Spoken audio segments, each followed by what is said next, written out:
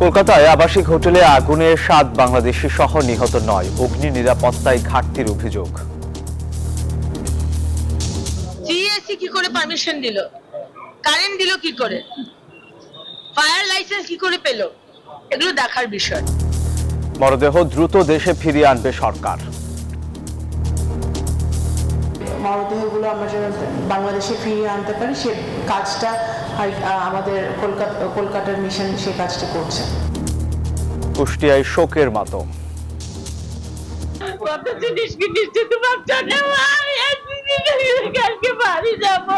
আর কেউ ডাকবে না ছোট মা।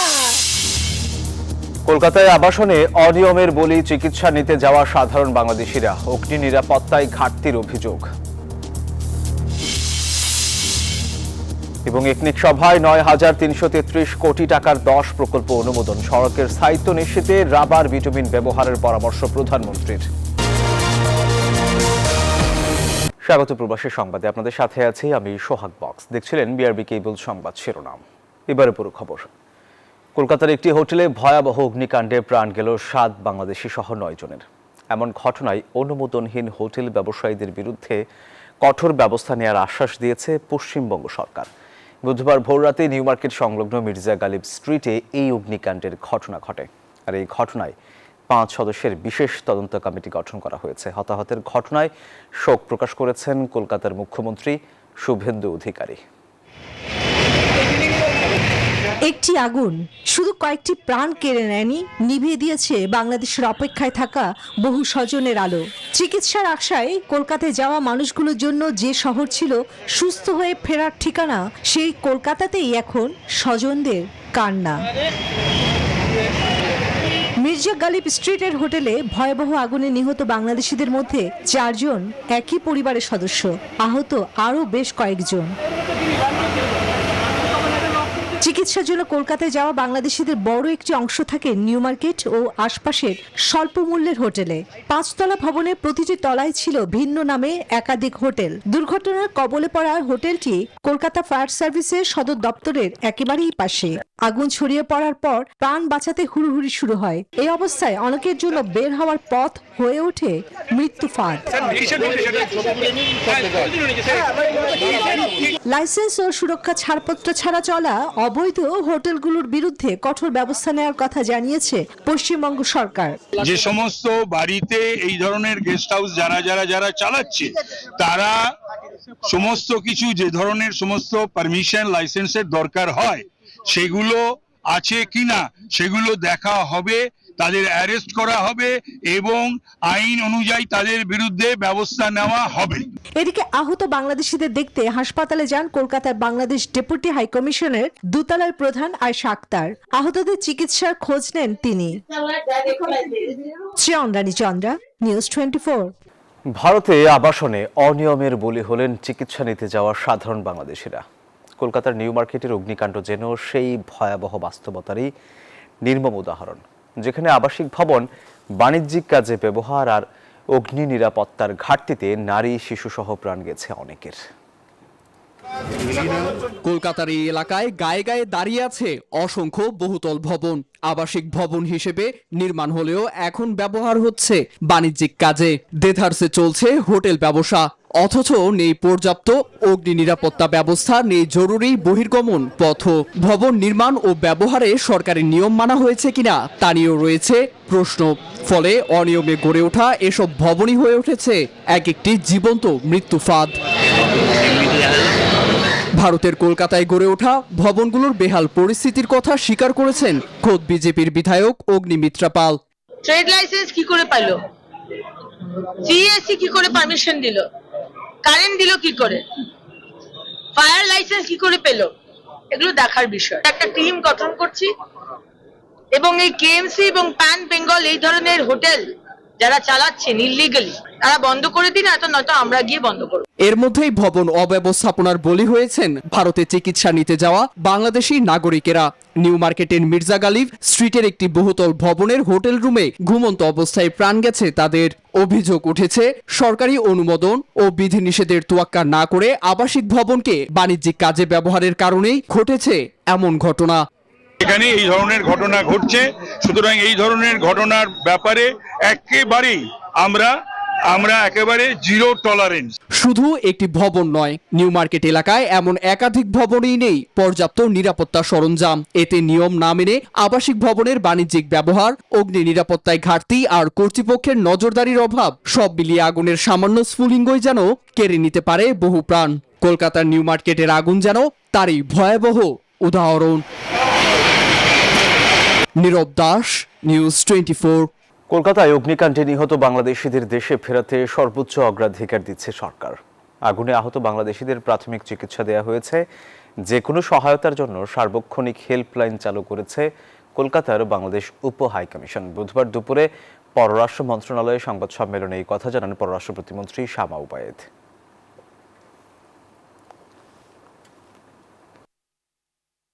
ইতিমধ্যে আমাদের মিশন কলকাতায় যারা নিহত হয়েছেন সেই পরিবারের সদস্যদের সাথে যোগাযোগ করেছে দ্রুততর সময়ে, কারণ শনাক্ত শেষ হলে এবং সব ফর্মালিটিস কমপ্লিট হলে দ্রুততম সময় আমাদের এই মরদেহগুলো আমরা যেন বাংলাদেশে ফিরিয়ে আনতে পারি, সে কাজটা আমাদের কলকাতার মিশন সেই কাজটা করছে।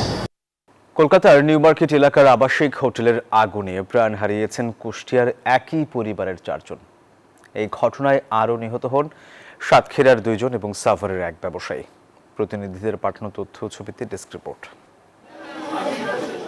কথা ছিল চিকিৎসা শেষে ফিরবেন দেশে, মায়ের জন্য আনবেন বাহারি জিনিস, তা আর হলো না। কুষ্টিয়ার সাংবাদিক দেবাশিস দত্ত এখন ফিরবেন কফিন বন্দী হয়ে। কত জিনিস কিনেছি তোমার জন্য, কালকে বাড়ি যাব। আমি কিনেছিস কে বাবা, বাড়ি আয়, এই কথা আমার সাথে। ওর একটা কিছু হলে ও ছোট মা এইটা হয়েছে, ছোট মা ওইটা হয়েছে, আর কেউ ডাকবে না, আর কেউ ডাকবে না, ছোট মা এইটা হয়েছে। মঙ্গলবার দিবাগত রাতে কলকাতার একটি আবাসিক হোটেলে ভয়াবহ আগুন লাগে। সেই আগুন দেবাশিস দত্তের সাথে কেড়ে নেয় তার স্ত্রী, 3 বছরের সন্তান আর শ্বশুরের জীবনও। জেলায় যে সাংবাদিক যারা আছি তাদের জন্য একজন ভালো সংবাদকর্মীকে আমরা হারালাম। সহকর্মী দেবাশিস দত্তের এই অকাল মৃত্যুতে আমরা সকলে যেহেতু গভীরভাবে শোকাহত। একই আগুনে মারা যান সাভারের বেগুনবাড়ি এলাকার ব্যবসায়ী আহমেদ বাবুও। তার মৃত্যুতেও এলাকায় নামে শোকের ছায়া। Desk report, news 24। প্রায় 9,500 কোটি টাকা ব্যয়ে 10টি প্রকল্প অনুমোদন দিয়েছে জাতীয় অর্থনৈতিক পরিষদের নির্বাহী কমিটি একনেক। বুধবার প্রধানমন্ত্রী তারেক রহমানের সভাপতিত্বে এই সভা অনুষ্ঠিত হয়। সভায় গ্রামীণ সড়ক টেকসই করতে রাবার বিটুমিন ব্যবহারের নির্দেশ দিয়েছেন প্রধানমন্ত্রী। সভা শেষে সাংবাদিকদের এসব কথা জানান পরিকল্পনা প্রতিমন্ত্রী জুনায়েদ সাকি। স্বাস্থ্যখাতে সংকট দূর করে সেবার মান বাড়ানো বিএনপি সরকারের অন্যতম নির্বাচনী প্রতিশ্রুতি। সেই প্রতিশ্রুতি বাস্তবায়নের অংশ হিসেবে ঢাকা মেডিকেল কলেজে নতুন 5টি ভবন নির্মাণের উদ্যোগ নিয়েছে সরকার। এর মধ্যে শিক্ষার্থী ও কর্মচারীদের জন্য 2টি আবাসিক ভবন ও একটি একাডেমিক ভবন রয়েছে। এই প্রকল্পে ব্যয় ধরা হয়েছে 1,154 কোটি টাকা। অর্থবছরের দ্বিতীয় একনেক সভায় সবচেয়ে বড় বরাদ্দ পেয়েছে গ্রামীণ সড়ক পুনর্বাসন ও শক্তিশালীকরণ প্রকল্প, যার ব্যয় 4,963 কোটি টাকা। বুধবার প্রধানমন্ত্রী তারেক রহমানের সভাপতিত্বে অনুষ্ঠিত একনেক সভায় 9,333 কোটি টাকা ব্যয়ে 10টি প্রকল্প অনুমোদন দেওয়া হয়েছে। এর মধ্যে 6টি নতুন ও 4টি সংশোধিত প্রকল্প। 2টি প্রকল্প যাচাই বাছাইয়ের জন্য ফেরত পাঠানো হয়েছে। 12টি প্রকল্পের মধ্যে মোট 10টি প্রকল্প অনুমোদিত হয়েছে। কিছু কোনো প্রকল্পের পর্যবেক্ষণ আছে এবং কিছু শর্ত আছে। 2টি প্রকল্প রিভিউ করার জন্য আবার ফেরত পাঠানো হয়েছে। সবাই গ্রামীণ সড়ক টেকসই করতে রাবার বিটুমিন ব্যবহারের নির্দেশ দিয়েছে প্রধানমন্ত্রী। পাশাপাশি রামু সেনানিবাসের অবকাঠামো উন্নয়নে প্রাকৃতিক পরিবেশ অক্ষুণ্ণ রাখার নির্দেশনাও দিয়েছেন তিনি, জানান পরিকল্পনা প্রতিমন্ত্রী। মাননীয় প্রধানমন্ত্রী এবং অন্যান্য আমাদের সদস্যবৃন্দ সকলেই বলেছেন যে যেহেতু এই রাস্তাগুলো তৈরি করা হয় এবং দ্রুতই ভেঙে যায়, সেই ক্ষেত্রে আধুনিক বিভিন্ন যে প্রযুক্তি, তার মধ্যে যেটা একটা আছে রাবার বিটুমিন ব্যবহার করা, সেটার একটা প্রস্তাব এখানে আছে। অনুমোদিত প্রকল্পে সরকারি অর্থায়ন থেকে আসবে 8,488 কোটি টাকা, আর প্রকল্প ঋণ নেওয়া হবে 936 কোটি টাকা। এই প্রকল্পের মোট ব্যয়। আবি আব্দুল্লাহ, নিউজ 24, ঢাকা। যুক্তরাজ্যের পূর্ব লন্ডনে দুর্বৃত্তের গুলিতে মাসুম আহমদ নামের এক বাংলাদেশি নিহত হয়েছেন। মঙ্গলবার ভোরে নিউহেম এলাকার সেন্ট বার্থোলোমিউস সড়কে একটি গাড়ির ভেতর থেকে গুলিবিদ্ধ অবস্থায় তার মরদেহ উদ্ধার করে পুলিশ। 40 বছর বয়সী মাসুমের গ্রামের বাড়ি সিলেটের বিশ্বনাথে। ছোটবেলা থেকেই তিনি লন্ডনে থাকতেন। স্থানীয়রা জানান, ভোরে তারা গুলির শব্দ ও দুটি গাড়ির সংঘর্ষের আওয়াজ শুনতে পান। এই ঘটনার পর ওই এলাকায় নিরাপত্তা জোরদার করা হয়েছে। হত্যাকাণ্ডের কারণ জানতে তদন্ত শুরু করেছে লন্ডন মেট্রোপলিটন পুলিশ, তবে এখন পর্যন্ত কাউকে গ্রেপ্তার করা যায়নি।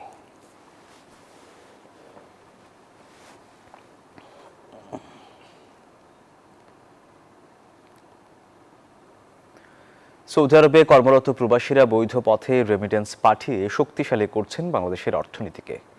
তাদের অবদানের স্বীকৃতি দিতে প্রবাসী কার্ড চালুর উদ্যোগ নিয়েছে বর্তমান সরকার। সৌদি আরবে ব্রাহ্মণবাড়িয়া জাতীয়তাবাদী ঐক্য পরিষদের উদ্যোগে ব্রাহ্মণবাড়িয়া 1 আসনের সংসদ সদস্য এম.এ. হান্নানকে গণসংবর্ধনায় প্রধান অতিথির বক্তব্যে এই কথা উঠে আসে। সভাপতিত্ব করেন ঐক্য পরিষদের সভাপতি সোহেল রানা। হানিফ সরকার ও কাউসার আব্দুস সালামের সঞ্চালনায় আয়োজিত অনুষ্ঠানে প্রধান বক্তা ছিলেন সৌদি আরব পশ্চিমাঞ্চল বিএনপির সিনিয়র যুগ্ম আহ্বায়ক আব্দুল মান্নান। সংযুক্ত আরব আমিরাতে দুবাই সিটি বিএনপির আয়োজনে সাবেক প্রধানমন্ত্রী ও বিএনপি চেয়ারপারসন বেগম খালেদা জিয়ার 82তম জন্মবার্ষিকী উপলক্ষে বিশেষ খতমে কোরআন ও দোয়া মাহফিল অনুষ্ঠিত হয়েছে। অনুষ্ঠানে প্রধান অতিথি ছিলেন আমিরাত বিএনপির আহ্বায়ক জাকির হোসেন। তাঁর বক্তব্যে প্রবাসী বাংলাদেশিদের স্বাগতিক দেশের আইন কানুন কঠোরভাবে মেনে চলার আহ্বান জানান। বাংলাদেশ ও আমিরাতের শান্তি, সমৃদ্ধি এবং সার্বিক কল্যাণ কামনায় বিশেষ মোনাজাত অনুষ্ঠিত হয়। দুবাই সিটি বিএনপির আহ্বায়ক মোহাম্মদ রফিকুল আলমের সভাপতিত্বে এবং সদস্য সচিব মুজিবুল হক মঞ্জুর সঞ্চালনায় বক্তব্য দেন জামাল উদ্দিন, ইলিয়াস আমির, ইরশাদ সহ স্থানীয় বিএনপি নেতারা।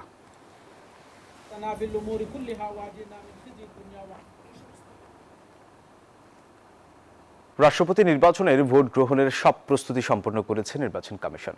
একথা জানিয়েছেন প্রধান নির্বাচন কমিশনার এ.এম.এম নাসির উদ্দিন। বৃহস্পতিবার দুপুরে জাতীয় সংসদে ভোট গ্রহণ হবে আর বঙ্গভবনে নতুন রাষ্ট্রপতির শপথ গ্রহণ হবে শুক্রবার সন্ধ্যা 7:30টায়। বুধবার বিকেলে সংসদ ভবনে বিএনপির সংসদীয় দলের সভা শেষে এই কথা জানান হুইপ নুরুল ইসলাম মনি। দীর্ঘ ৩৫ বছর পর বৃহস্পতিবার জাতীয় সংসদে অনুষ্ঠিত হতে যাচ্ছে রাষ্ট্রপতি নির্বাচন। 2 জন প্রার্থী প্রতিদ্বন্দ্বিতা করায় ভোটের মাধ্যমেই নির্ধারণ হবে কে হবেন বঙ্গভবনের বাসিন্দা।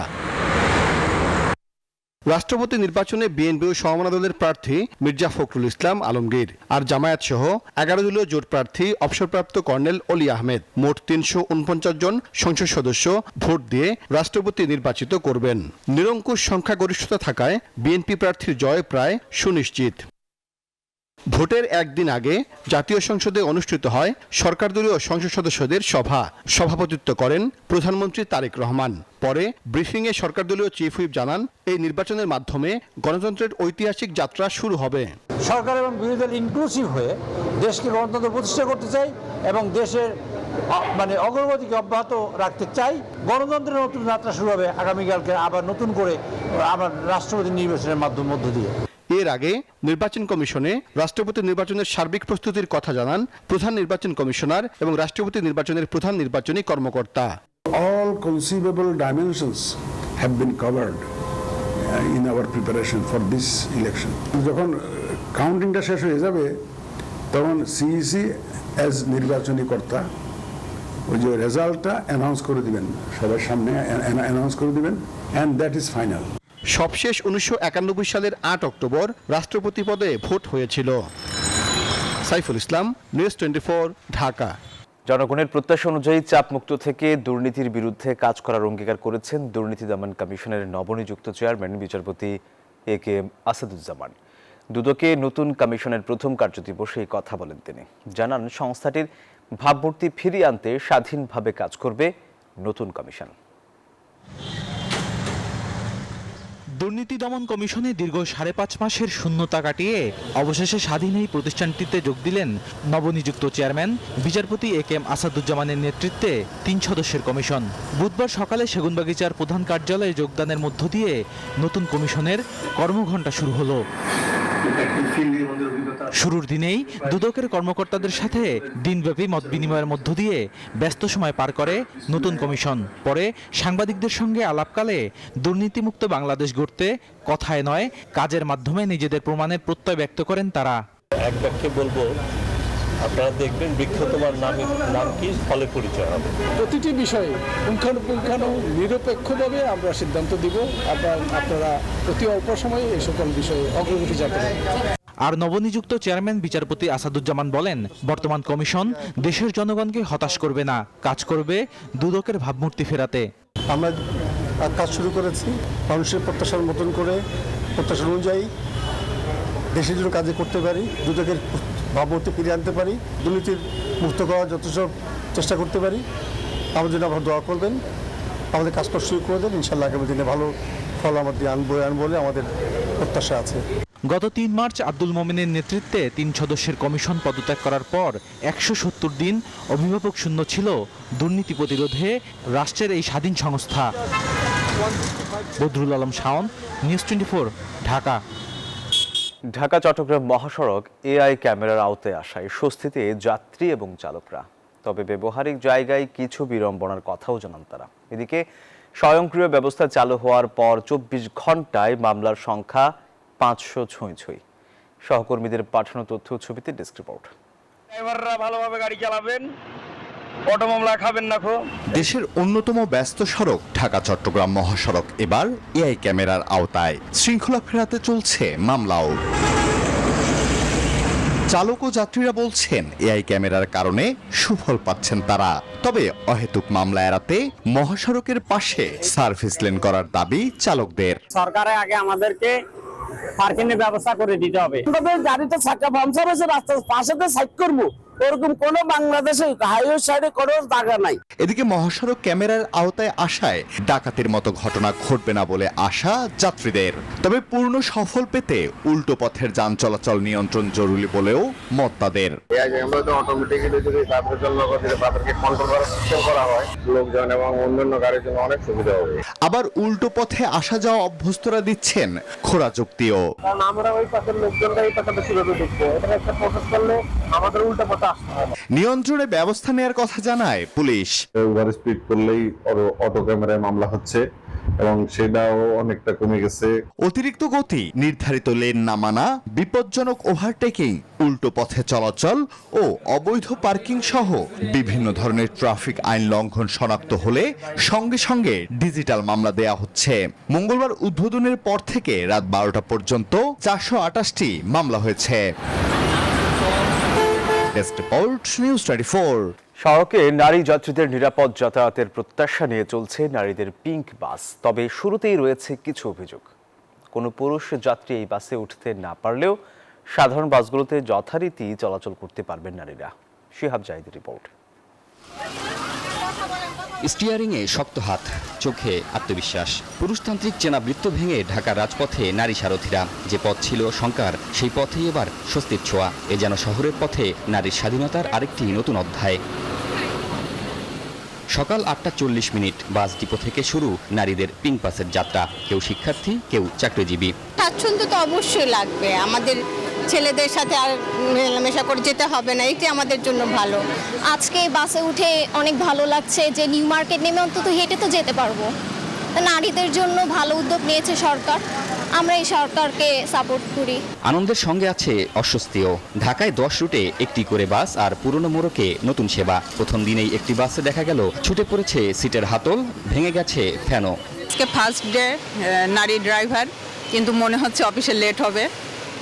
এই সময় অলরেডি আমরা পৌঁছাই যাই প্রতিদিন। তাদের আগে আরো প্র্যাকটিস করা দরকার ছিল। এখন যদি এইভাবে প্র্যাকটিস করে আমাদেরকে এত লেটে অফিসে নিয়ে যায় তাহলে তো আমাদের জন্য খুব প্রবলেম হয়ে যাচ্ছে। চালক লুৎফা ও রাবেয়া সুলতানা ট্রেনিং নিয়েছেন গাজীপুরে। চেনা পেশার বাইরে চ্যালেঞ্জিং কাজকে আনন্দের সাথেই লুফে নিয়েছেন। রাস্তা চিনতে সহযোগিতা করছেন পুরুষ চালক। আপাতত প্রতিদিন থাকছে 2টি ট্রিপ। সকাল 8:45 শুরু যাত্রা, মতিঝিল থেকে ফিরতি যাত্রা বিকেল 5:45। 1998 সালে বিআরটিসি ও 2018 সালে বেসরকারিভাবে নেওয়া হয় এমন উদ্যোগ, যা সফল হয়নি। তবে এবার অতীতের ব্যর্থতার পুনরাবৃত্তি হবে না, প্রত্যাশা নগরবাসীর। শিহাব জাহিদ, নিউজ 24, ঢাকা।